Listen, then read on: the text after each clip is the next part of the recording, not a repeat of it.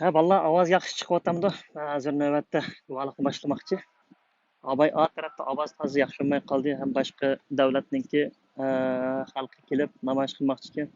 Sal varanchurinkan hozir hukumat binosiniki, parlamentniki oldi eshigi tarafiga keldim.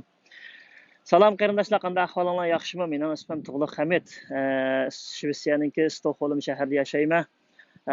Stokholmda yashayotganimga oldi keyin 12 yil bo'lyapti. Ben Şvetsiya puhrasi ve şundaqla Şvetsiya grajdani. Ben navbatda ota-onam uchun guvohlik bermoqchi. Mening dadam bo'lsa Hamid Abdurahmon 1954-yili 5-oyning 20 kuni tug'ilgan. Opam bo'lsa Saodat Bovdin 1956-yili 8-oyning 21 kuni tug'ilgan.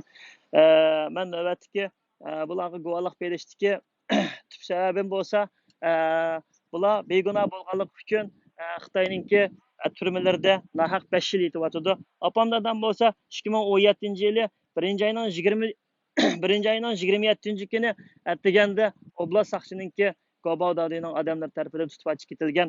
Hozirgacha qo'yib berilmagan. 5-dagi 2 yilda G'uljidagi Bo'zdagi turmada bo'lsa, kampida bo'lsa, tarbiyalash markazida bo'lgan.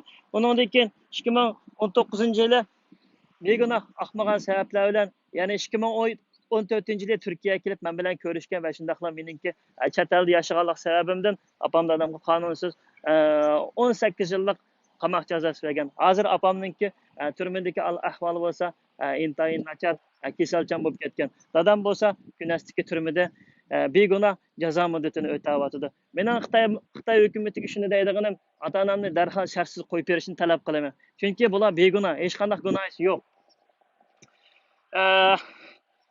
Meniki endi bu tuyuqsiz bugun kunlikda yani bir yerga chiqib ota-onamga ega chiqishim, uning oldida tuqqanlarim va adam tarafimdan har xil besimlar orqali ega chiqolmagandim.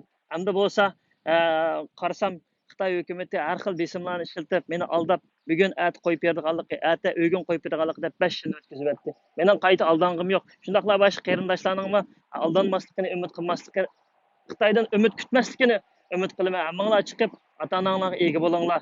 Rahmat qarindoshlar, meni Facebookda ko'plab taqib qo'yishinglarni umid qilaman.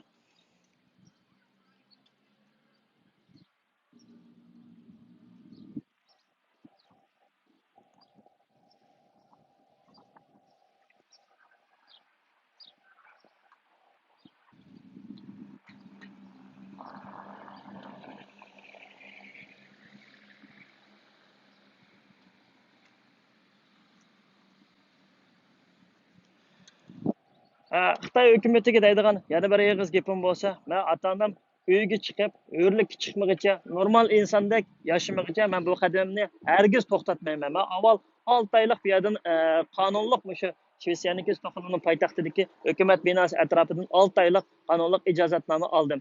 O'zim yolg'iz kichik namoyishimni boshlab o'tdim. Namoyish tugashdan burun shundaq tunugan degandek live etib, o'sha bir 2-3 qiz gap qilib etib, chiqib ketishni to'g'ri ko'rdim.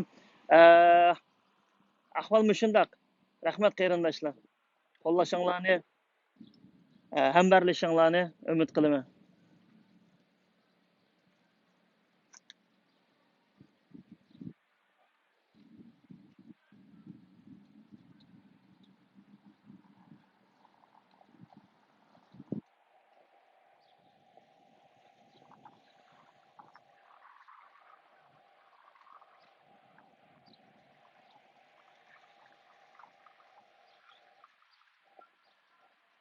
Tamam.